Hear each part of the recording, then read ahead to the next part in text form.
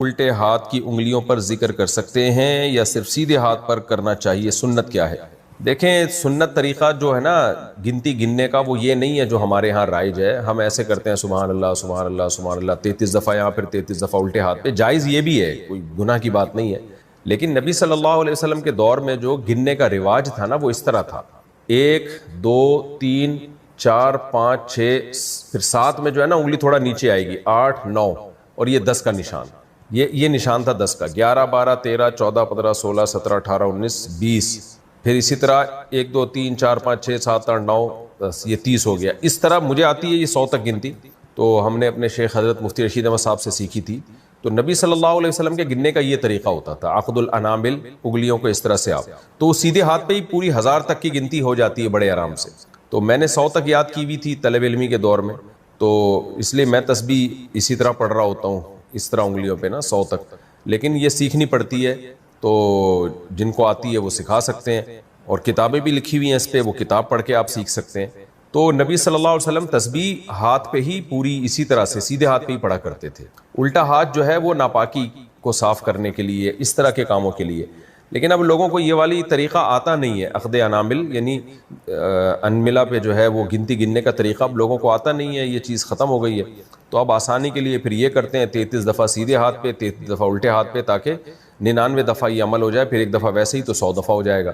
تو اب لوگوں نے اپنی آسانی کے لیے یہ رکھا ہوا ہے. تو جائز ہے سیدھے ہاتھ کے ساتھ الٹے ہاتھ سے بھی، کیونکہ اب صرف سیدھے ہاتھ پہ پڑھیں گے تو یاد رکھنا مشکل ہوگا.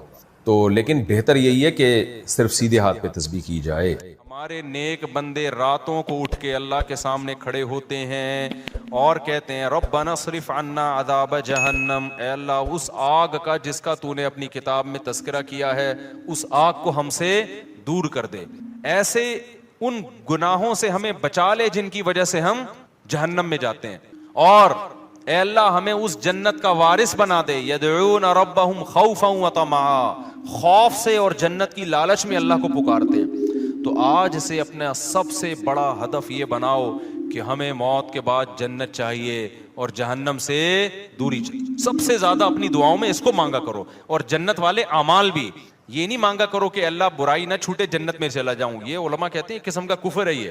اللہم انی اسألک الجنہ وما قرب الیہا من قول وعمل، نبی نے دعا سکھائی، اے اللہ میں تجھ سے جنت طلب کرتا ہوں اور ہر وہ بات اور وہ عمل جو مجھے جنت کے قریب کر دے، اس عمل کی بھی توفیق دے اور اس بات کی بھی توفیق دے. بعض دفعہ عمل انسان کو جنت کے قریب لے کے جاتا ہے، لیکن اس کی زبان سے نکلی ہوئی باتیں اس کو جنت سے دور کر رہی ہوتی ہیں.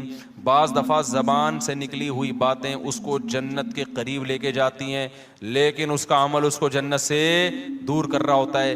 ہمارے نبی صلی اللہ علیہ وسلم نے کتنی پیاری دعا سکھائی، اس کو یاد کر لیں.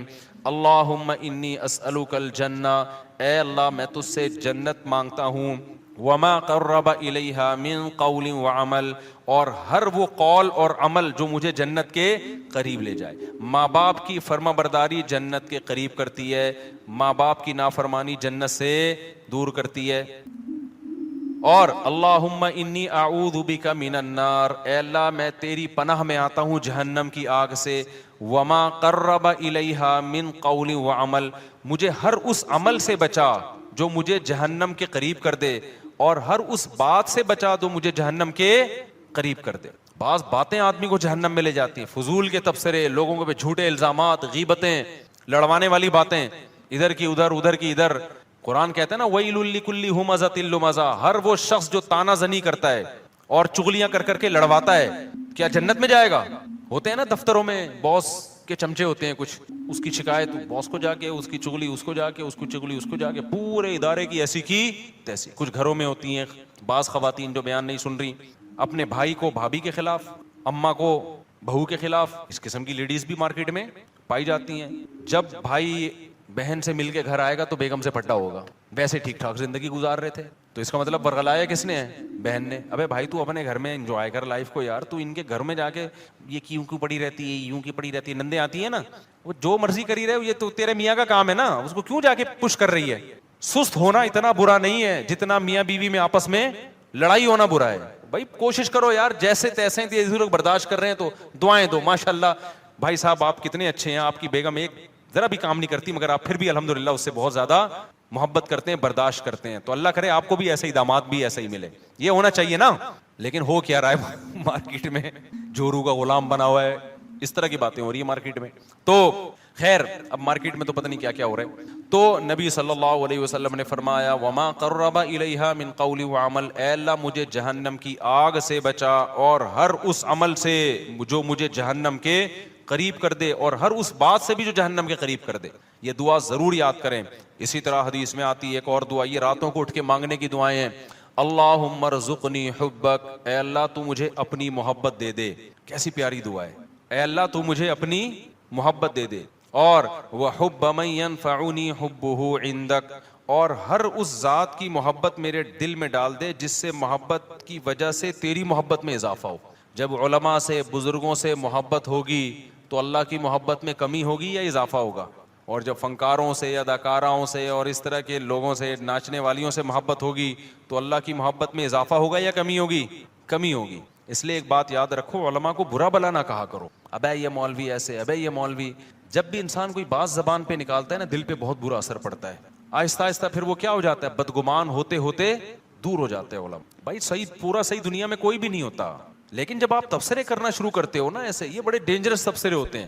ہمارے نبی صلی اللہ علیہ وسلم نے ہر شخص کو معاف کیا ہے، لیکن جنہوں نے نبی کی گستاخیاں کی ہیں نا، ان میں سے اکثر کو معاف نہیں کیا آپ نے. کیوں؟ گستاخی کرنے والا، بد کلامی کرنے والا وہ ویلیو ختم کر رہا ہوتا ہے. تو یہ بہت خطرناک جرم ہے. تو نبی صلی اللہ علیہ وسلم نے دعا سکھائی، وحب من ينفعنی حبہ عندک اللہم فکما رزقتنی مما احب، اے اللہ تو نے جو مجھے میری محبوب چیزیں دنیا میں دے رکھی ہیں. آدمی اپنی محبوب چیزوں کے ملنے سے اللہ کے قریب ہوتا ہے یا دور ہوتا ہے؟ دور ہوتا ہے عام طور، کیونکہ ان میں پڑھ کے اللہ کو بھول جاتا ہے. تو اے اللہ فاجعلہ قوۃ لی فیما تحب، ان محبوب چیزوں کو اپنی محبت کا ذریعہ بنا دے. آئی بات سمجھ میں؟ بعض دفعہ محبوب چیز ملنے سے وہ محبوب چیز آپ کے ساتھ اللہ کی محبت میں تعاون کا ذریعہ، جیسے پیسہ نہیں تھا، پیسہ محبوب ہے، مل گیا تو عام طور پہ پیسہ مل کے اللہ سے دور، لیکن اے اللہ مجھے ملے تو میں تیرے سے دور ہونے کے بجائے کیا ہو جاؤں. بعض خوش قسمت ایسے بھی ہوتے ہیں، غریب تھے تو اللہ سے دور تھے، پیسہ آیا تو اللہ کے قریب ہو گئے، خیرات صدقات بڑھ گئے. تو مجھے میری محبوب چیزیں جو ملی ہوئی ہیں، اے اللہ وہ ان اعمال میں ترقی کا ذریعہ بنا دے جو تجھے محبوب ہیں، جو عمل. وما زویت عنی مما احب، اے اللہ کچھ چیزیں ایسی ہیں جو مجھے محبوب ہیں لیکن تیرے علم میں ہے کہ وہ مجھے ملیں گی نہیں، تو ان کا نہ ملنا ان اعمال میں ترقی کا ذریعہ بنا دے جو تجھے محبوب ہیں. بعض دفعہ نہ ملتا ہے، انسان کو غم ہوتا ہے اور اس غم میں وہ اللہ کو یاد کر لیتا ہے اور اللہ کی محبت میں ترقی کا ذریعہ بن جاتی ہے چیز. خلاصہ یہ نکلا اپنی محبت چاہیے اور جیسے تیسے ہو تیری محبت ہی چاہیے بس، اور کچھ نہیں چاہیے ہمیں. نہیں یاری بات میرا خیال ہے سمجھ میں. تو یہ دعائیں مانگا کرو میرے بھائی رات کو اٹھ کے. تو اللہ فرماتے ہیں والذین یقولون ربنا اصرف عنا عذاب جہنم ان عذابها کان غراما انها ساءت مستقرا ومقاما. راتوں کو اٹھ کے اللہ سے دعائیں مانگتے ہیں. والذین اذا انفقوا، یہ وہ لوگ ہیں جب خرچ کرتے ہیں، لم یسرفوا، نہ اپنی آمدن سے زیادہ خرچ کرتے ہیں کہ دوسروں سے کل بھیک مانگے، ولم یقتروا، اور نہ کنجوسی کرتے ہیں کہ خرچی نہ کریں، صدقات و خیرات بھی کرتے ہیں لیکن اپنی چادر دیکھ کے. وکان بین ذالک قواما، مسلمان نہ کنجوس ہوتا ہے اور نہ اسراف کرنے والا ہوتا ہے، سخی ہوتا ہے لیکن اتنا سخی نہیں کہ کل لوگوں سے بھیک مانگے، یہ ناجائز ہے. وکان بین ذالک قواما والذین لا یدعون مع اللہ الہا آخر، یہ وہ لوگ ہیں جو اپنی دعاؤں میں اللہ کے سوا کبھی کسی کو نہیں پکارتے، ساری زندگی صرف یا اللہ مدد، ایاک نعبد، صرف تیری عبادت. شیخ سدیس مجھے یاد ہے 99 کی بات ہے، 97-98 میں حرم میں جو ان کی ختم قرآن کی دعا ہوئی تھی نا، بڑی پیاری دعا ہوئی تھی، بہت اب بھی بہت اچھی ہوتی ہے، وہ تو بڑی خاندانی تھی. اس میں ان کے الفاظ مجھے یاد ہیں، بڑے پیارے لگے وہ.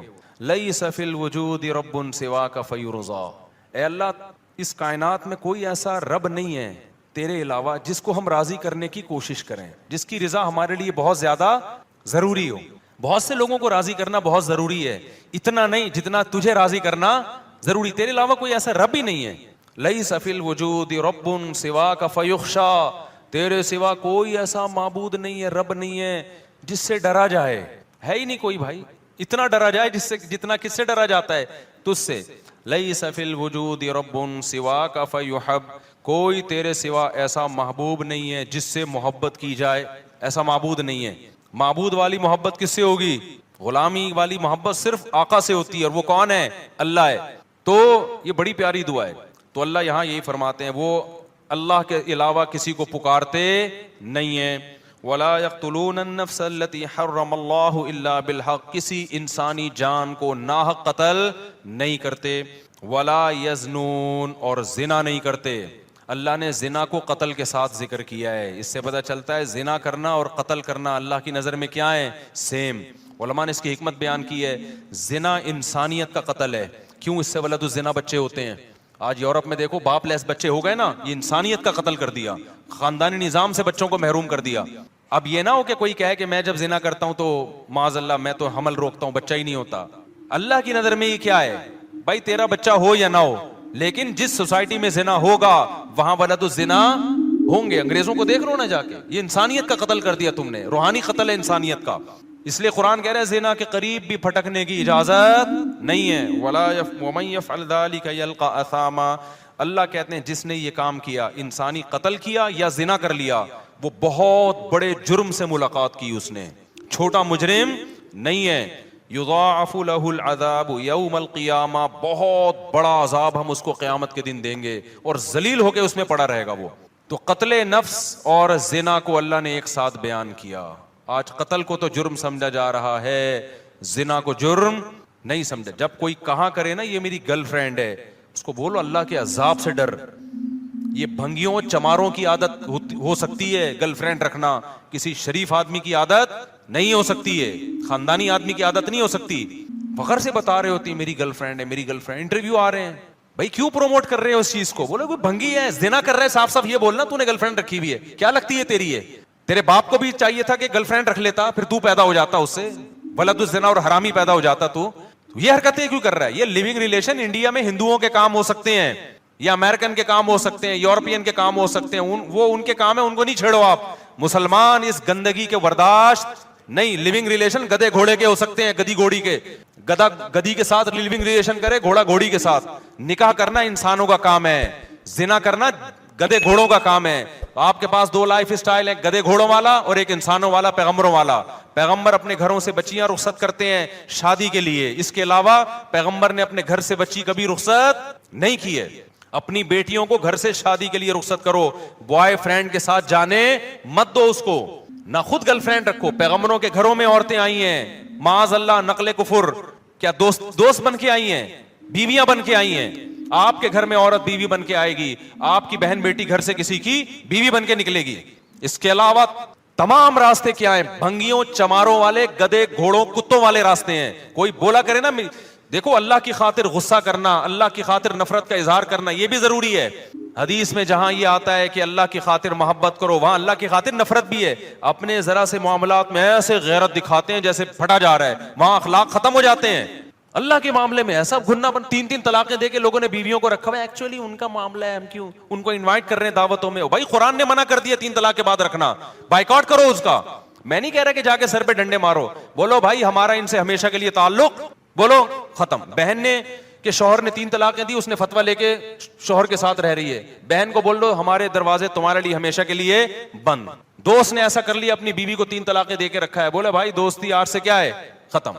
ہم تجھے کوئی ایف آئی آر کٹتی بھی نہیں ہے اس پہ, ہم نہیں تجھے کچھ کہہ رہے, لیکن ہمارے ساتھ تعلق کیا ہے. حرام کو یار تم حلال کا لیبل لگا رہے ہو اس کے اوپر. قرآن نے صاف منع کر دیا, نہیں ہوتا 3 طلاق کے بعد, نہیں رہ سکتی. فتوے تو آپ کو ہر دور میں ہر طرح کے مل جائیں گے, تو کچھ خدا کے لیے بھی تھوڑی سی غیرت اختیار کرنا سیکھو. میں نہیں کہہ رہا لوگوں کے سر پھاڑو, نہ ہمیں یہ اتھارٹی ہے نہ ہم یہ کر سکتے ہیں. اپنی نفرت کا تو اظہار کرو نا. دوست آتا ہے گرل فرینڈ کو لے کے, بھائی مجھے گھر چاہیے, ابے بھائی ہمارا یہ چکلا کھانا ہم نے یہاں پہ گھر میں نہیں کھولا ہوا. آدھے ہوتے ہیں کہ یار رات گزارنی ہے گرل فرینڈ کے ساتھ, بولے یہ چکلا کھانا نہیں ہے, شریف لوگوں کا گھر ہے, پتلی گلی سے نکل یہاں سے. اکیلا آئے گا تو ٹھیک ہے بیٹھ, یا بیوی بنا کے لائے گا تو ٹھیک ہے, ہمارا گھر ہے بھائی, دوستی آ رہی ہے, بھابھی کے ساتھ آؤ جب آنا ہے. گرل فرینڈ کیا ہوتی ہے؟ حرام رشتہ ہے. کتوں گدے گھوڑوں کے یہ رشتے ہوتے ہیں, انسانوں کے یہ رشتے نہیں ہوتے. قرآن کتنا بڑا جرم بیان کر رہا ہے, وَمَن يَفْعَلْ ذَلِكَ يَلْقَ أَثَامًا, جو زنا کرے گا, قتل کرے گا, قتل کے ساتھ بیان کر رہا ہے قرآن.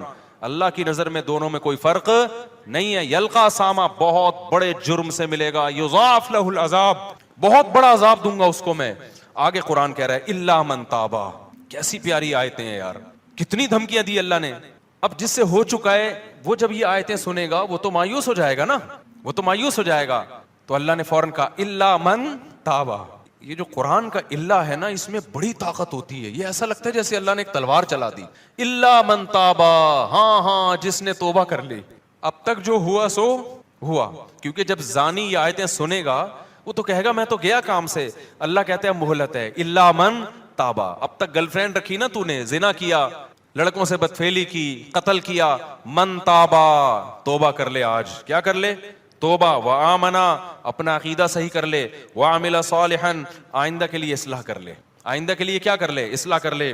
فاولئک یبدل اللہ سیئاتہم حسنات وکان اللہ غفورا رحیما. یہ وہ لوگ ہیں جو پکی توبہ کرتے ہیں اور پھر اس پہ قائم رہتے ہیں. اللہ ان کی برائیوں کو نیکیوں سے بدل دیتا ہے. کیوں؟ اللہ غفور بھی ہے اور اللہ رحیم بھی ہے. اس کا ایک مطلب یہ بیان کیا گیا ہے کہ توبہ جب بہت زبردست ہوتی ہے تو اللہ کا ایسا قرب ملتا ہے اس کو کہ جو اس نے گناہ کیے تھے نا, اس کے جو نقصان اس کو ہوئے تھے, اللہ سے دوری, وہ نقصان کیا ہو جاتا ہے؟ ختم ہو جاتا ہے. آگے اللہ فرماتے ہیں, اب ایک سوال ہوتا ہے کہ اللہ اتنا بڑا جرم کیا ایک شخص نے, قتل بھی کیا, زنا بھی کیا, پکی توبہ کر لے تو اس کو معاف کر رہا ہے؟ دنیا میں تو ایسا نہیں ہوتا. دنیا میں جب آپ ریاست کے قانون کی توڑتے ہیں, ریاست کو, اور بہت بڑا جرم کرتے ہیں تو ریاست معاف نہیں کرتی. تو اتنے آرام سے کیسے معاف کر رہا ہے؟ کتنی دفعہ زنا کر چکا ہے, اب یہ توبہ کر رہا ہے تو معاف کر دے گا؟ تو اللہ کیا کہتے ہیں, وَمَن تَابَ وَعَمِلَ صَالِحًا فَإِنَّهُ يَتُوبُ إِلَى اللَّهِ مَتَابًا. اللہ کہتے ہیں جو توبہ کر رہا ہے اور آئندہ عمل کو ٹھیک کر رہا ہے تو وہ توبہ کس کے دربار میں کر رہا ہے؟ وہ انسان کے پاس تھوڑی آ رہا ہے, وہ تو خدا کے پاس جا رہا ہے. تو خدا کا ظرف چھوٹا نہیں ہے. جہاں وہ سزائیں بہت سخت دیتا ہے تو اس نے ایک دوسرا اس کی تلافی کیسے کی ہے کہ اس کا ظرف بھی کیا ہے؟ بہت بڑا ہے. اس کی معافی بھی کیا ہے؟ وہ بہت بڑی ہے. تو یہ مت دیکھو کہ کتنے جرموں کے بعد توبہ کر رہا ہے, یہ دیکھو کہ دروازہ کس کا کھٹکھٹا رہا ہے؟ خدا کا دروازہ کھٹکھٹا رہا ہے, جبکہ اس نے عذاب اپنی آنکھوں سے نہیں دیکھا. تو میں کیسے اس کو معاف نہیں کروں گا؟ والذین لا یشہدون الزور واذا مروا باللغو مروا کراما. یہ وہ لوگ ہیں جو جھوٹ کے قریب سے نہیں گزرتے, اور جب لغویات کے قریب جاتے ہیں, لغویات میں یہ گانے بجانے, موسیقی, شراب کباب کی محفلیں, تو مرو کراما عزت کے ساتھ گزر جاتے ہیں. ان لغویات کی طرف کان نہیں لگاتے. والذین اذا ذکروا بآیات ربہم لم یخروا علیہا صما وعمیانا.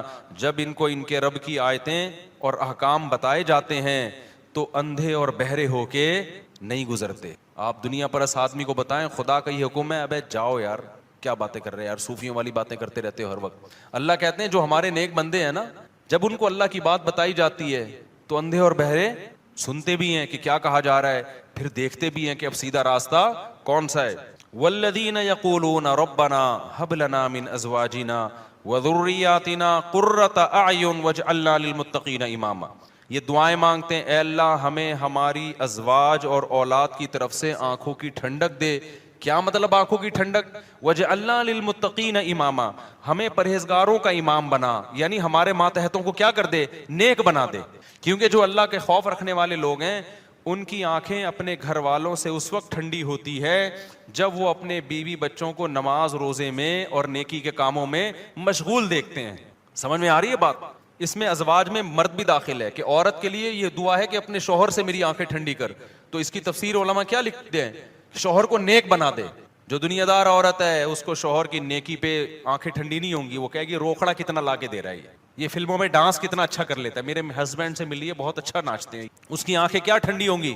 اوٹ پٹانگ حرکتیں دیکھ کے. جو برا آدمی ہوگا اس کی اپنی بیوی کی آنکھیں اس کو ٹھنڈی کب ہوں گی؟ اور جناب وہ پیسے کما رہی ہے, جاب, آج کل تو یہی چل رہا ہے مارکیٹ میں. لیکن آپ سلیم الفطرہ ہو گئے نا, آپ کو بچیاں اسکارف میں اچھی لگیں گی, بچیاں پردے میں اچھی لگیں گی, نماز روزے میں بولو اچھی لگیں گی, ڈرامے دیکھتی ہوئی, فلمیں دیکھتی ہوئی اچھی نہیں لگیں گی. آپ گھر کا ماحول بنتا ہے, بیوی قرآن پڑھ رہی ہو, بچے, میں نہیں کہہ رہا سارا دن لوگ صوفی بنے رہیں, لیکن یہ منظر عزت دار آدمی کو, سلیم الفطرہ آدمی کو گھر میں بہت اچھا لگتا ہے. جب اس کی بچی مصلی پہ کھڑی ہو, بچے قرآن پڑھ رہے ہو, بیگم صاحبہ بھی قرآن پڑھ رہی ہوں, اور میاں قرآن پڑھ رہا ہو, بیگم دیکھ رہی ہو, جو کبھی کبھار ہوا کرتا تھا ہماری سوسائٹی میں. اللہ تعالیٰ کیا فرماتے ہیں زکریا علیہ السلام کے بارے میں؟ یسارعون فی الخیرات ویدعوننا رغبا ورہبا. اللہ نے بڑھاپے میں حضرت زکریا کو اولاد دی نا, تو ان کو اشکال ہوا, اللہ مجھے اتنی بڑھاپے میں کیسے؟ تو فرشتے نے کیا کہا, آپ وہ لوگ ہو کہ آپ, اللہ قرآن میں کہتا ہے کہ یہ وہ لوگ تھے جو, یہ ایسا گھرانہ تھا جو نیکیوں میں دوسروں سے آگے نکلتے تھے, تو اس لیے اللہ کی برکتیں ہوئی ہیں.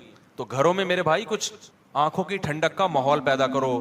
یہ آنکھوں کی ٹھنڈک کا ماحول فلموں اور ڈراموں سے پیدا نہیں ہوگا. فلمیں اور ڈرامے اخلاق خراب کر رہے ہیں, بیٹیوں کو ماں کے سامنے چیخنا سکھا رہے ہیں, عورت کو شوہر کے گریبان میں ہاتھ ڈالنا سکھا رہے ہیں, اس میں کانفیڈنس پیدا کر رہے ہیں کہ جتنے تمہارے رائٹ اتنا اس کا رائٹ ہے. گریبان میں ہاتھ ڈال کے پوچھا کرو, فراز شٹ اپ, ہوتا ہے نا, ایسے بات کیا کرو. یہ کون سکھا رہا ہے؟ فلمیں سکھا رہی ہیں, ڈرامے سکھا رہے ہیں, اور میاں کو سکھا رہے ہیں کہ دیکھو رکھ کے اس نے تھپڑ لگایا اور اس نے شادی ناکام ہو گئی تو تیزاب پھینک دیا. میں ایک دفعہ حیدری میں جا رہا, ایک لڑکی بھاگ رہی ہے ٹکڑ ٹکڑ ٹکڑ بوتل لے کے. ابے میں نے کہا پکڑو یار, یہ کیا ہو گیا, کوئی عورت ڈاکو ہے یا بندہ؟ مجھے لڑکوں نے کہا بھائی ادھر کیمرے لگے ہوئے ہیں. میں نے دیکھا چاروں طرف کیمرے. وہ لڑکی جا کے گاڑی میں بیٹھی, اس نے یوں کر کے کچھ بوتل پھینکی. وہ ڈرامہ تھا, وہ ڈرامے کا سین ہو رہا تھا. پتا چلا جی ڈرامے کا سین ہے کہ اس میں تیزاب کی وہ دکھائے, تیزاب نہیں تھا وہ, لیکن دکھایا جا رہا ہے تیزاب. میں نے کہا یار یہ کیسے لوگ ہیں یار, یہ تم سوسائٹی کو کیا سکھا رہے ہو؟ جب آپ جرم ٹی وی میں دیکھتے ہیں آپ اپنی آنکھوں سے کہ اس کی نہیں بنی اور اس نے اپنی محبوبہ پہ تیزاب پھینک دیا, کتنے لوگوں کو خیال آئے گا تیزاب پھینکنے کا؟ بس انٹرٹینمنٹ کے نام پہ, انٹرٹینمنٹ کے نام پہ کیا ہو رہا ہے؟ سب کچھ ان کے لیے سب کچھ حلال ہے بھائی. سوسائٹی گئی ایسی کی تیسی ہو جائے سوسائٹی کی. اس لیے انسانوں سے نہیں پوچھا کرو, کس سے پوچھنا ہے, کیا کرنا ہے؟ خدا سے. تو گھر کا ماحول اللہ تعالیٰ فرماتے ہیں, یہ دعا کرتے ہیں, اے اللہ ہمیں ہماری ازواج اور اولاد کی طرف سے آنکھوں کی ٹھنڈک عطا فرما. ہمارے علماء کا معمول تھا, جب بھی کوئی عورت اپنے شوہر سے پریشان ہے, شوہر اپنی بیگم سے پریشان ہے, ماں باپ بچوں سے پریشان ہے, تو یہ دعا پڑھنے کا ان کو حکم دیتے تھے. یہ سورہ فرقان کی سیکنڈ لاسٹ آیت ہے, یہ یاد کر لیں. سمجھ رہے ہیں نا, سیکنڈ لاسٹ سے پہلے والی آیت ہے. ربنا هب لنا من ازواجنا وذرياتنا قرة اعین واجعلنا للمتقین اماما. اے اللہ ہمیں ایسے لوگوں کا سربراہ بنا جو نیک ہوں, یعنی ہماری ماتحتوں کو کیا بنا دے, بیوی بچوں کو نیک, تو مطلب خود ہمیں بھی بنا دے. اصل ہم خود سٹے لگا رہے ہوں اور بیگم کو کیا کہ ان کو آنکھوں کی ٹھنڈک بنا دے. اچھا میرے بھائی, اصل میں نے جس محلے میں رہتا تھا اس کے قریب ایک محلے میں چرسی بہت تھے, تو وہ ان کو دیکھ کے نا میرے دماغ میں ایک لاشور میں وہ سٹا بیٹھ گیا. اللہ معاف فرمائے, ہر مثال میں سٹا ہی آ رہا ہوتا ہے. تو اللہ فرماتے ہیں اولئک یجزون الغرفۃ بما صبروا, یہ وہ لوگ ہیں جن کو اس صبر کی وجہ سے ہم جنت کے بالا خانے دیں گے. صبر کیا مطلب؟ اس ماحول کو کریٹ کرنے میں کچھ صبر کرنا پڑتا ہے. ٹی وی گھر میں لا کے رکھے, فلم لگانے میں کوئی صبر کرنے کی ضرورت بولو نہیں ہے. ہاں صبر اس میں ہوگا کہ بیگم ابھی سونے کا ٹائم ہے, ابھی نہیں, صبح دیکھیں گے فلم, اس میں تو صبر ہو سکتا ہے. ٹی وی بند کرنے میں کیا ہے؟ صبر ہے. نماز پڑھنے میں کیا کرنا پڑے گا؟ صبر کرنا پڑے گا. تلاوت کرنے میں کیا کرنا پڑتا ہے؟ باوضو ہو کے قرآن ہاتھ میں لے کے بیٹھنا پڑتا ہے. اچھے ماحول کے لیے صبر چاہیے, برائی کے لیے صبر کی ضرورت نہیں, بے صبری چاہیے اس کے لیے. تو اللہ کہتے ہیں انہوں نے صبر کر کے گھر کا ماحول اچھا کر دیا اور خود بھی اچھے بن گئے. تو اولئک یجزون الغرفہ, جیسے گھر میں ان کو آنکھوں کی ٹھنڈک ملے گی, ایسے ہی جنت میں بھی ہم نے ان کے لیے آنکھوں کی ٹھنڈک کا انتظام کیا ہوا ہے. ایک کام کر لیا کرو, خالدین فیہا, وہ میں بتاتا ہوں ابھی, خالدین فیہا, ہمیشہ اس جنت میں رہیں گے. حسنت مستقرہ, کچھ صیغے نا تعجب کے ہیں وہ اللہ استعمال کرتا ہے, یہ بس آخر یہ پڑھ کے میں بیان ختم کرتا ہوں. حسنت مستقرہ, اللہ کہتے ہیں کیا زبردست ٹھکانہ ہے, یعنی اللہ تعجب کا اظہار کر رہے ہیں. حالانکہ اللہ کو کسی چیز پہ تعجب نہیں ہوتا, لیکن اتنی اچھی ہے جنت کہ اللہ کہہ رہے ہیں کہ گویا کہ مجھے بھی تعجب ہو رہا ہے کہ میں نے اپنے بندوں کے لیے کیا زبردست انتظام کر دیا. بھائی مجھے خود حیرانگی ہو رہی ہے. یہ بلاغت ہے قرآن کی ہمیں سمجھانے کے لیے. ایسا انتظام کر دیا کہ ہٹو بچوں ہو گیا, یعنی سمجھ لو. اور میں کیا بولوں اپنی زبان میں بھائی, ہٹو بچوں کا مطلب پتہ ہے, جب کوئی بڑی شاہی سواری خاندانی قسم کے بچوں کو ہٹا ہے, آگے سے تو دیکھ نہیں رہا کون آ رہا ہے بھائی. تو کیونکہ بعض لوگ نا نیچے کمنٹس میں پوچھا ہوتا ہے یہ ہٹے بچوں کیا ہوتا ہے. اب ان کو کون سمجھائے کہ ہٹو بچوں کہہ رہے ہیں, ہٹو کا مطلب ہٹاؤ اور بچوں کا مطلب بچوں. تو کبھی کراچی آؤ, ہم تمہیں سمجھائیں گے ہٹو بچوں جیسے بمبئی والے کہتے ہیں کہ کیا بولتا ہے بھنڈائے, کسی نے مجھے بتایا بمبئی میں لفظ بہت مشہور ہے, تو ہم کراچی والوں کو نہیں پتہ چلے گا, ان کے یہاں بہت مشہور ہے. خیر, اللہ فرماتے ہیں حسنت مستقرا و مقاما, بہت بہترین قرارگاہ ہے اور بہت بہترین, کیا ہی بہترین ٹھکانہ ہے. قل ما یعبأ بکم ربی لولا دعاؤکم. آخر میں اللہ سورہ فرقان میں بڑی زبردست بات کہتے ہیں کہ دیکھو تم اپنے رب کو اگر یاد نہیں رکھو گے تو رب کو تمہاری کیا پرواہ ہے بھائی. تم آپس کے ہی مسئلوں میں لگے رہو گے, کھا اسی کر رہے ہو, پہن اسی کر رہے ہو, بھول اسی کو گئے ہو, تو پھر آخرت میں مجھ سے امیدیں مت لگانا. میں تو اسی کو یاد رکھوں گا جو مجھے یاد رکھے گا. فقد کذبتم فسوف یکون لزاما. تم اگر انکار کرو گے نا ان باتوں کا اور عمل سے دور جاؤ گے تو پھر دوسرا انجام ہوگا تمہارا, یہ والا انجام نہیں ہوگا. وہ میں ایک بات ذہن میں آئی تھی, وہ نکل گئی ذہن سے, میں نے کہا وہ بتاتا ہوں میں.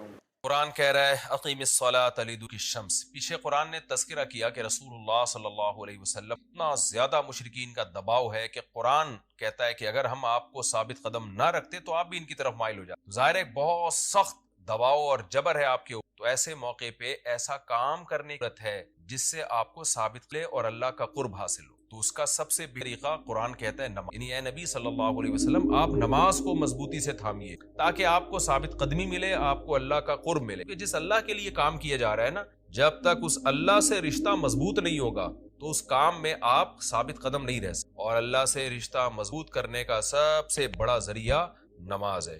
اس لیے قرآن کہتا ہے اقیم الصلاۃ, آپ نماز قائم کی, لدلوک الشمس, سورج کے ڈھلنے کے وقت. سورج کب ڈھلتا ہے؟ جب بالکل بلندی پہ جا کے ڈھلنا شروع, تو ظہر کا وقت شروع ہوتا ہے, الی غسق اللیل, رات کے اندھیروں تک. یعنی اس میں 4 نمازیں آ گئیں. سورج جب ڈھلتا ہے نا, بالکل بلندی پر ہوتا ہے, تھوڑا سا ڈھلتا ہے ظہر کا وقت, مزید ڈھلان پیدا ہوتی ہے عصر کا وقت, مزید ڈھلتا ہے مغرب کا وقت, اور پھر الی غسق اللیل, سورج تو غائب ہو جاتا ہے مغرب کے بعد, پھر رات کے اندھیرے میں یعنی عشاء کا وقت. وقرآن الفجر, اور فجر کے وقت میں, فجر کی تلاوت کے وقت میں. تو قرآن میں اشارہ کر دیا کہ اصل تلاوت کا وقت ہے ہی فجر کا. آج بعض اماموں کو ہم نے تلاوت کر, بالکل غلط ہے. سنت ہے فجر میں طوال مفصل, یعنی سورہ حجرات سے لے کے سورہ بروج تک کی لمبی سورت. تو فجر کے قرآن کے وقت بھی آپ نماز قائم کی. ان قرآن الفجر, بے شک فجر کا جو قرآن ہے, فجر میں جو تلاوت ہے, کانا مشہودا, اس میں حاضر ہو. کون حاضر ہو؟ حدیث سے پتہ. فجر کا وقت اتنا مبارک وقت جب اس میں امام صاحب قرات کر, ہاتھ باندھ کے قرات سن, خاص سکینت نازل ہوتی ہے اللہ کی طرف, اور فرشتے بھی اس تلاوت میں نازل ہوتے. صحیح حدیث سے یہ بات ثابت ہے کہ جو تبدیل ہوتے ہیں نا ان کے آنے جانے کا وقت, اور فجر اور عصر میں جو فجر میں فرشتے آتے ہیں انسان کی حفاظت, معقبات من یدیہ ومن خلفہ یحفظونہ من امر اللہ. بہت ساری مخلوق اس کائنات میں ایسی ہے جہاں تک سائنس نہیں پہنچی, اور ہو سکتا ہے قیامت تک پہنچ ہی نہ سکے. وہ انسان کی عقل سے بالاتر ہے وہ مخلوق, اور یہ بھی ممکن ہے پہنچ جائے سائنس تک. وہ مخلوق انسان کو نقصان پہنچانے کی, تو اس مخلوق سے بچانے کے لیے, جن میں جنات ہیں سر فہرست, ان سے بچانے کے لیے اللہ نے فرشتوں کا انتظام کیا. حدیث میں آتا ہے صبح و شام, قرآن سے بھی یہ بات ثابت ہے, صبح و شام فرشتوں کی باریاں, اور وہ ہماری حفاظت کے لیے اللہ کی طرف سے متعین کی جو حاضری ہے ان فرشتوں کی, وہ فجر کے وقت میں ہوتی ہے. اور یہ بھی حدیث سے ثابت ہے کہ بہت سے فرشتے صرف تلاوت سننے کے لیے زمین پہ. تہجد کے بارے میں حدیث میں آتا ہے کہ جب کوئی شخص تہجد میں قرآن کی تلاوت کرتا ہے تو فرشتے آنا شروع, اور اس کے جو ہے نا لبوں پہ اپنے منہ کو رکھ لیتے ہیں اس کی تلاوت کو اچکنے کے لیے. اتنا فرشتوں کو لطف محسوس ہوتا ہے تہجد کی تلاوت میں. اور پھر وہ تانتا بناتے بناتے جو ہے نا ایک دوسرے پہ سوار ہوتے ہوتے آسمان کی بلندی ہوتی. تو فجر کی نماز میں بھی فضیلت ہے. تو آگے اللہ فرماتے ہیں کہ اللہ نے فجر کی نماز کی فضیلت کو بیان کیا. آگے اللہ فرماتے ہیں وَمِنَ اللَّيْلِ, یہ تو 5 نمازیں ہو گئیں, یہ تو ساری امت پہ فرض ہیں, لیکن رات کے کچھ حصے میں فَتَہَجَّدْ بِهِ کا مطلب اس حصے میں آپ نے تہجد پڑھنی ہے, نافلۃ لک, اے محمد صلی اللہ علیہ وسلم یہ آپ کے لیے اضافہ ہے. کیا مطلب؟ یا تو نبی صلی اللہ علیہ وسلم پہ 6 نمازیں فرض تھیں, یعنی 5 فرض کے علاوہ تہجد بھی فرض تھی, تو اس لیے قرآن نے کہہ دیا کہ امت پہ تو 5 فرض ہیں, نافلۃ لک, تہجد آپ کے لیے اضافی, یعنی آپ پر 6 نمازیں. ایک مطلب تو یہ بھی ہو سکتا ہے. اور جو علماء اس کے قائل ہیں پر تہجد فرض نہیں تھی, ان کے نزدیک اس آیت کی کہ یہ آپ کے لیے ایک اضافہ ہے اللہ کے قرب حاصل کر, یعنی 5 نمازیں تو پڑھنی ہی پڑھنی ہے, لیکن آپ اللہ کے قرب کے لیے ایک اضافی چیز بھی آپ کو دی جا رہی ہے تاکہ آپ کے درجات اور زیادہ بلند. تو ایسی صورت میں یہ صرف نبی کے ساتھ خاص نہیں ہے, کیونکہ خطاب نبی سے چل رہا ہے, اس لیے اللہ نے کہہ دیا آپ کے لیے اضافہ, ورنہ حقیقت پوری امت کے لیے یہ. آگے اللہ فرماتے ہیں عسیٰ ان یبعثک ربک, امید ہے کہ آپ کو آپ کا رب پہنچا دے مقام. یہ مقام محمود کیا ہے؟ شفاعت کبریٰ. تمام پیغمبر نبی کے پاس آئیں گے کہ آپ سفارش سے آغاز کریں, یعنی سفارش کا آغاز آپ سے ہوگا, پھر آپ صلی اللہ علیہ وسلم سفارش کریں. ایک سب سے اونچا مقام ہے جو اللہ قیامت کے رسول اللہ صلی اللہ علیہ وسلم کو دے گا, اور جس سے آپ کی تمام فضیلت ثابت ہوگی. جب تک آپ کی طرف سے شفاعت کی ابتدا نہیں ہوگی کوئی اور پیغمبر سفارش نہیں. تو اللہ نبی صلی اللہ علیہ وسلم تسلی دے رہا ہے کہ جو آپ پہ دباؤ ہے، جبر ہے، تسلی رکھیے، نماز قائم کریں، تہجد کی پابندی کریں. اللہ نے آپ کو بہت بڑا آگے چلا. نبی صلی اللہ علیہ وسلم بھی بشر تھے، دباؤ کی وجہ سے آپ بھی ایک پریشانی میں آتے تھے، تو اس لیے اللہ آپ کو ثابت قدم رکھنے آپ صلی اللہ علیہ وسلم یہ خوشخبریاں سنا رہا ہے کہ آپ نے اپنا اس عمل کو فوکس کرنا ہے، نماز اور تہجد کو، تاکہ آپ کا اللہ سے قرب رہے. اور اللہ آپ کو دے رہا ہے کہ امید ہے آپ کا رب آپ کو بہت بڑے مقام. رہا مسئلہ دھمکیوں کا کہ پوری کوشش کر رہے ہیں کہ آپ کو مکہ سے نکال دیں، تو ہم نے تو بتا دیا کہ یہ خود بھی نہیں پنپ پائیں گے، لیکن آپ نے اللہ سے کیا دعا، وَقُلْ رَبِّ، کہہ دیجئے اے میرے رب، ادخل الصدق، مجھے مکہ میں داخل، مرغوب داخلہ، اچھا داخلہ، اور مجھے مکہ سے نکالیے بھی اچھے طریقے سے، یعنی اچھا نکلنا ہو میرا، ایسا نکلنا جس کے نتائج اچھے ہوں. اس میں اشارہ ہے کہ آپ صلی اللہ علیہ وسلم مکہ سے نکالنے پہ آئے گا، اور ایک وقت آئے گا کہ آپ مکہ سے نکلیں. تو اللہ اپنے حبیب صلی اللہ علیہ وسلم کو پہلے سے دعا سکھا رہے ہیں کہ آپ اللہ سے دعا مانگے، اللہ جب میں نکلوں تو میرا داخلہ بھی اچھے طریقے سے ہو اور میرا نکلنا بھی اچھے طریقے سے ہو، یعنی پسندیدہ نکلنا ہو. سوال پیدا ہوتا ہے نکلنے کا عمل تو پہلے ہے اور مکہ میں داخلے کا عمل بعد میں، تو نکلنے کا تذکرہ پہلے ہونا چاہیے کہ اللہ مکہ سے مجھے اچھی طریقے سے نکال، اور مکہ میں مجھے داخل بھی ایسے کرنا، تو داخلے کا تذکرہ پہلے کیوں؟ تو اس میں بلاغت نقطہ ہے کہ پیغمبر کا بنیادی مقصد وہ ہدف ہے جو پیغمبر دنیا میں لے کے آئے ہیں، تو اس کی آغاز تو مکہ سے کرنا ہے جس میں آپ کو بھیجا گیا، جو ابراہیم علیہ السلام کا شہر ہے، جہاں بیت اللہ ہے، اسلام کا مرکز تو اس جگہ سے بننا ہے. تو اس جگہ سے اگر نکالنا ہی مقصد ہے تو یہ جگہ تو رہ گئی نا پھر جو ابراہیم علیہ السلام کا مرکز اور ابراہیم علیہ السلام کی دعائیں تھیں. تو اس لیے اصل مقصد تو یہ کہ مکہ میں داخل میں اچھے طریقے سے ہوں، جو پیغمبر کا مقصد تھا دنیا میں آنے کا، مکہ فتح کر کے داخل ہوں، یہاں مجھے غلبہ ملے، اور یہاں میرا جب داخلہ ہو تو ایسا داخلہ جس کو میں پسند کروں. یہ جو ابھی میں مکہ میں کہیں سفر سے جا کے واپس آتا ہوں، یہ داخلہ وہ داخلہ نہیں ہے جو میں چاہتا ہوں. چونکہ مکہ سے نکلنا مقصد نہیں ہے، نکالا اس لیے جا رہا ہے تاکہ داخلہ ایک طاقت کے ساتھ ہو اور اچھے طریقے سے داخلہ ہو، اس لیے اس داخلے کا تذکرہ پہلے کیا جا رہا ہے. ہاں وہ داخلہ اس وقت تک ممکن نہیں ہے جب تک مکہ سے ایک دفعہ آپ کا خروج نہ ہو، تاکہ مدینہ میں ریاست بنے اور آپ 10,000 کا لشکر لے کر فاتحانہ انداز سے مکہ میں داخل ہو، اور جس مقصد کے لیے اللہ نے آپ کو بھیجا تھا وہ مقصد پورا ہو. تو وہ مقصد نکلے بغیر پورا ہو نہیں سکتا، اس لیے نکلنے کا تذکرہ کر دیا، ورنہ اصل مقصد تو یہ ہے کہ اللہ میں مکہ سے نکلنا نہیں چاہتا، میں مکہ میں داخلہ چاہتا ہوں. داخلہ ایسا ہونا چاہیے مدخل صدق، سچا مرغوب داخلہ ہونا. چنانچہ اللہ نے آپ کی دعا قبول کی، اور جب نبی مکہ میں داخل ہوئے نکلنے کے بعد تو کیسا بہترین آپ نے کا داخلہ ہوا کہ 10,000 کا لشکر لے کر آپ گئے، اور مشرکین مکہ آپ سے معافی کی. مکی آیتیں اس وقت ان کے پہاڑ توڑے جا رہے تھے، لیکن پیغمبر سے اس طرح کی دعائیں کروائی جا رہی تھی، وَآخِرِجِ مُخْرَجَ صِدْقٍ، اور اللہ مرغوب نکلنا ہو، یعنی جب میں نکلوں وہ بھی میرا اچھا ٹھکانہ ہو. چنانچہ آپ کا نکلنا بھی بڑا اچھا ہوا، پورا مدینہ آپ کے استقبال میں کھڑا ہوا تھا. اور طلع البدر علینا من ثنی الوداع، یہ جو ترانے ہیں یہ مدینہ کی بچیاں آپ کے استقبال میں پڑ رہی تھی. تو آپ کا نکلنا بھی اچھا ہوا، یعنی مدینہ میں داخلہ جو مکہ سے نکلا، اور پھر جو مکہ میں آنا وہ تو اس سے بھی زیادہ عزت اور شان کے ساتھ ہوا. وَاجْعَلْ لِي مِن لَّدُنْكَ سُلْطَانًا نَصِيرًا، اور اللہ تو بنا دے میرے لیے اپنے پاس سے زبردست طاقت جس میں میری مدد ہو، غلبہ دے دے مجھے. یہ بھی مستقبل کی دعا ہے جو ان حالات میں نبی سے منگوائی جا، اور اللہ نے آپ کی ساری دعاؤں کو قبول کیا. سلطان نصیر بھی دے دیا آپ کو، غلبہ بھی دے دیا مکہ پہ، ایسا غلبہ جس میں اللہ کی مدد تھی، وہ کمزور غلبہ نہیں تھا، طاقتور غلبے کو سلطان کہا. اور مدینہ میں جانا بھی آپ کا پسندیدہ ہوا، اور مکہ میں آنا بھی آپ کا پسندیدہ ہوا. اور اے نبی آپ یہ بھی کہہ دیجئے جاء الحق، حق آ چکا ہے، وزہق الباطل، اور باطل فنا ہو چکا. حالانکہ یہ دعا منگوائی جا رہی تھی باطل فنا نہیں ہوا، لیکن ماضی سے جب کسی چیز کو تعبیر کیا جاتا ہے تو یہ بتانے کے لیے گویا یہ کام ہو چکا ہے، حالانکہ ہوا نہیں، ہوگا. لیکن نبی کی زبان سے نکلوایا جا رہا ہے کہ آپ مشرکین میں اعلان کر دیں کہ بس یہ کام ہو چکا ہے، حق آ گیا، باطل ختم.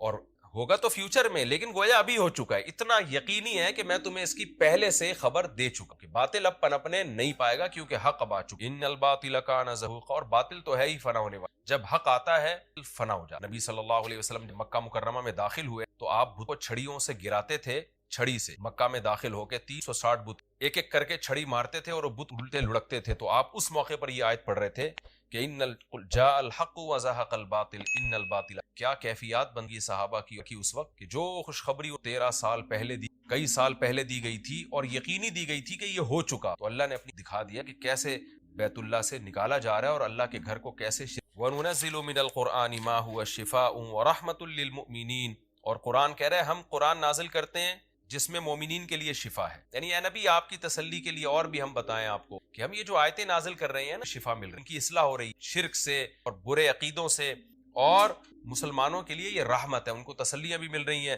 وَلَا يَزِيدُ الظَّالِمِينَ إِلَّا خَسَارًا، اور ظالمین خسارے میں، کیونکہ ظالمین اس پر عمل نہیں کر رہے، حجت تمام ہو رہی۔ وَإِذَا أَنْعَمْنَا عَلَى الْإِنسَانِ أَعْرَضَ وَنَأَىٰ بِجَانِبِهِ، قرآن کہتے ہیں ہم جب انسان پر احسان کرتے ہیں تو وہ اعراض کرتا ہے اور اپنے پہلو کو، نعمت ملنے کے بعد بجائے اللہ کے قریب ہونے کے اللہ سے دور ہوتا ہے۔ وَإِذَا مَسَّهُ الشَّرُّ، اور جب انسان کو کوئی مصیبت پہنچتی ہے، كَانَ يَئُوسًا، تو مایوس ہونے، انسان کے بارے میں شکایت کی جا رہی ہے کہ اس کا اللہ پر ایمان نہیں۔ پیغمبر کا مقصد ہے اللہ سے جوڑ، جو مشرکین ہیں جو اللہ کو نہیں مانتے، یہ خوشیوں میں بھی اللہ کو بھولتے ہیں اور غم میں بھی اللہ کو بھولتے ہیں، اسباب کو دیکھتے ہیں، لہٰذا جب اسباب کو آپ دیکھتے ہو اور پریشانی آتی ہے تو اسباب بتا رہے ہوتے ہیں پریشانی دور نہیں ہو سکتی، تو مایوس ہونے لگتے ہیں، ڈپریشن میں جاتے ہیں، اور جب خوشی آتی ہے تو اپنا کمال سمجھتے ہیں لہذا اترانے لگتے ہیں اور خدا سے دور ہو جاتے ہیں۔ تو اے نبی ان سے کہہ دیجئے قُلْ يَعْمَلُ عَلَىٰ شَاكِلَتِهِ، ہر شخص اپنی نیچر کے مطابق عمل کر رہا ہے۔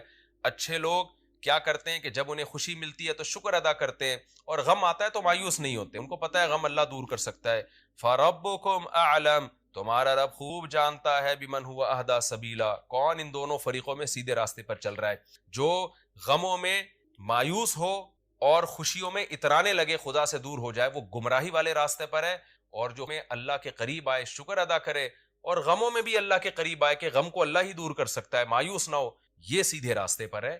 اللہ خوب جانتا ہے کون سیدھے راستے پر ہے، یعنی اس میں اللہ نے اشارہ یہ لوگ سیدھے راستے پر ہے، تو ہمیں ایسا بننا ہے۔ وہ آیتوں میں اللہ نے کیا فرمایا؟ الا المصلین، اللہ فرماتے ہیں کہ جو لوگ ڈپریشن کا شکار ہو جاتے ہیں، جلد بازی میں فیصلے جلد بازی میں کرتے ہیں، ان میں تدبر نہیں ہے، غور و فکر نہیں ہے، تو لیکن کچھ علامتیں اپنے اندر پیدا کر لو تو تمہارے اندر سے جلد بازی، جس جلد بازی کے نتیجے میں ڈپریشن ہوتی ہے، خودکشی کے خیالات آتے ہیں، یعنی زندگی سکون کی گزرے گی تمہاری، اس کے لیے چند کام کرنے پڑیں گے۔ نمبر 1، نماز کی مکمل پابندی۔ آپ یقین کر لو جتنا ڈپریشن سے نماز بچاتی ہے نا، کوئی چیز نہیں بچاتی۔ اسٹریس اور ڈپریشن کی 20 گولیاں ایک طرف، جس کا نماز میں دل لگ گیا نا، بس اس کی زندگی مزے کی بن جاتی ہے۔ اور نماز میں دل نہ لگ رہا ہو نا، کئی رکعتیں پڑھو ہمت کر کے، اصول بنا لو، جس کام میں دل نہیں لگتا نا وہ کام کرنا شروع کر دو، دل لگے گا، اور پھر ڈبل لگنا شروع ہو جاتا ہے۔ میں بہت سی مثالیں دیتا ہوں نا، دوڑا نہیں جاتا چلنا شروع کرو، چلا نہیں جاتا ہلکا ہلکا چلو، اپنے نفس پہ بوجھ ڈالو۔ دیکھو یہ ٹینشن سے بچنا ایسی چیز ہے، جو ٹینشن سے دور بھاگتا ہے نا، ٹینشن اس کے پیچھے آتی ہے، اور جو ٹینشنیں پالتا ہے وہ ہمیشہ ٹینشن فری زندگی گزارتا ہے۔ وہ ٹینشن ہے جو جائز ٹینشن ہے، جو صحت کے لیے مفید ٹینشن ہے، ان کی بات کر رہا ہوں میں۔ تو جو لوگ آپ نے دیکھا ہوگا محنتی ہوتے ہیں، سارا دن کام کاج میں مشغول رہتے ہیں، وہ خوش ہوتے ہیں، ہے یا نہیں؟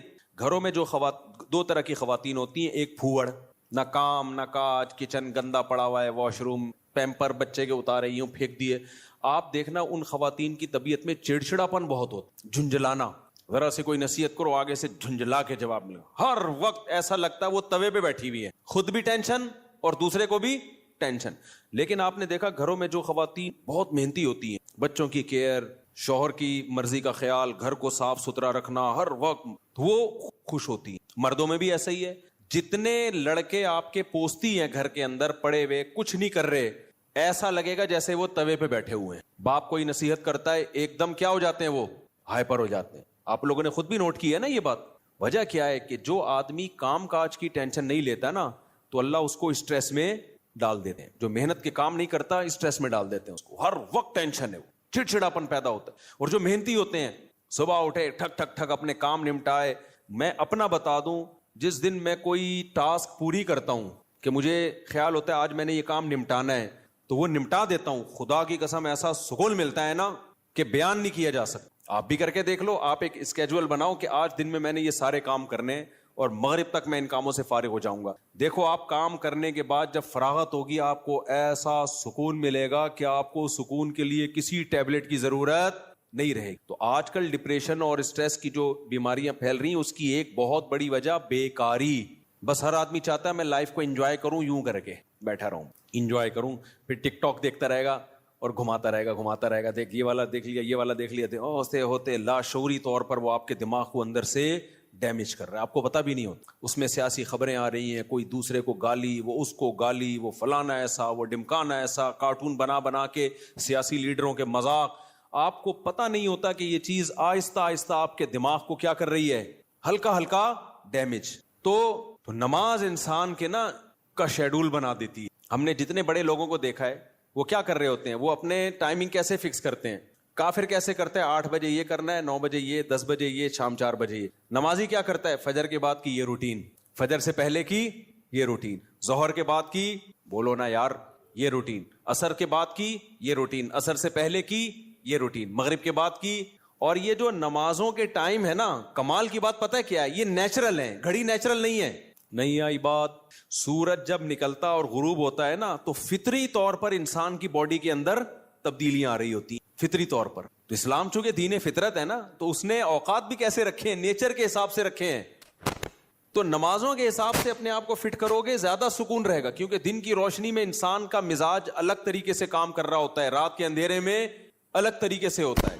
تو اللہ نے کیا فرمایا کہ الا المصلین الذین هم علی صلاتہم دائمون, یہ لوگ نمازوں میں پابندی کرتے ہیں. تو آج سے عزم کرو کسی قیمت پہ بھی نماز انشاءاللہ ضائع نہیں کریں گے. اور سب سے زیادہ سکون اللہ نے فجر کی نماز میں رکھا. تھوڑی سی ٹینشن ہے بھائی, اٹھا لو, لیکن پڑھ کے جب سلام پھیرو گے نا, آپ کو لگے گا یار آج تو ہٹو بچو ہو گیا. ہمارے ایک دوست تھے, نمازی تھے, لیکن اڑاتے بھی بہت تھے نماز, ہے نا.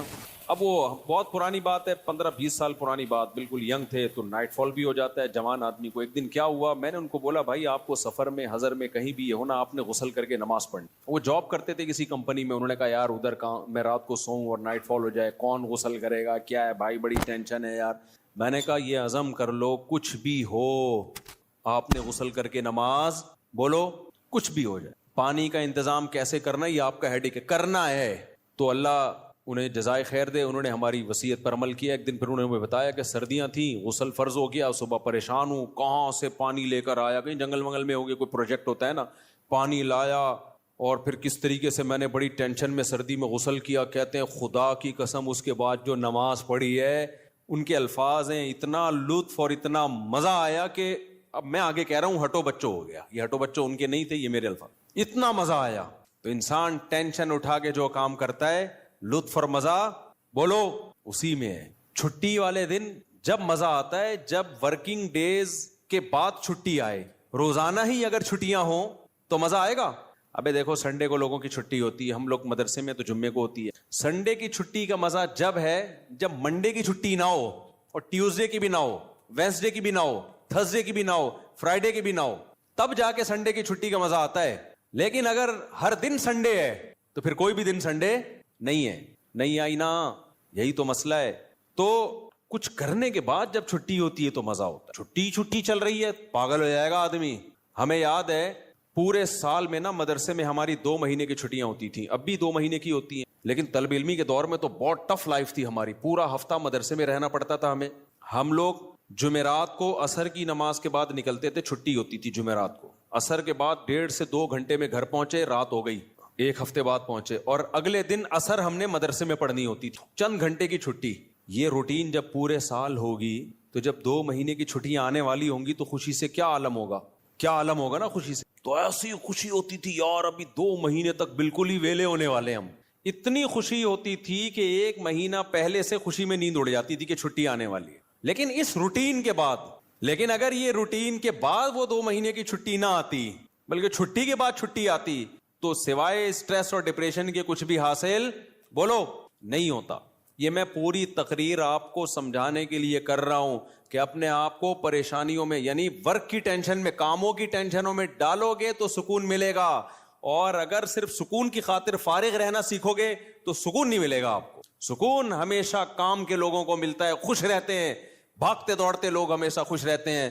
اور جو پڑے ہوئے ہیں ادھر گٹر کے ڈھکن پہ بیٹھ گئے, گپے مارنا شروع کر دی جیسے کراچی کے لونڈے لپاڑے کرتے ہیں, یہی ہو رہا ہے.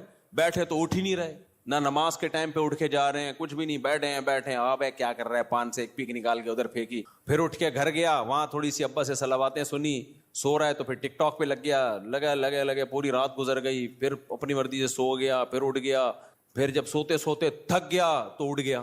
تھک گیا تو کیا ہو گیا, اڑ گیا. اب کیا کریں؟ وہی کریں جو کل کیا تھا, دوبارہ سے اسی ڈھکن پہ جا کے بیٹھو. ہو سکتا ہے 2-4 بے وقوف ابھی بھی وہیں بیٹھے ہوئے ہوں, پھر دوبارہ ڈھکن پہ جا. گٹر کے ڈھکن تو جو چوری ہونے سے بچ گئے ہیں نا, وہ یہی والے ڈھکن ہیں جن پہ لوگ آ کے بیٹھتے ہیں, باقی تو سارے چوری ہو گئے. اب حضرت مفتی تقی عثمانی صاحب کی عمر ماشاءاللہ کافی ہو گئی ہے, لیکن صحت عمر کے لحاظ سے بہت اچھی, حالانکہ اتنی بزی اور اتنی ٹف لائف گزاری ہے انہوں نے. 8 گھنٹے مطالعہ کا معمول رہا ہے ایک دور میں, لیکن ہم جب بھی حضرت سے ملتے ہیں حضرت خوش طبع ہیں.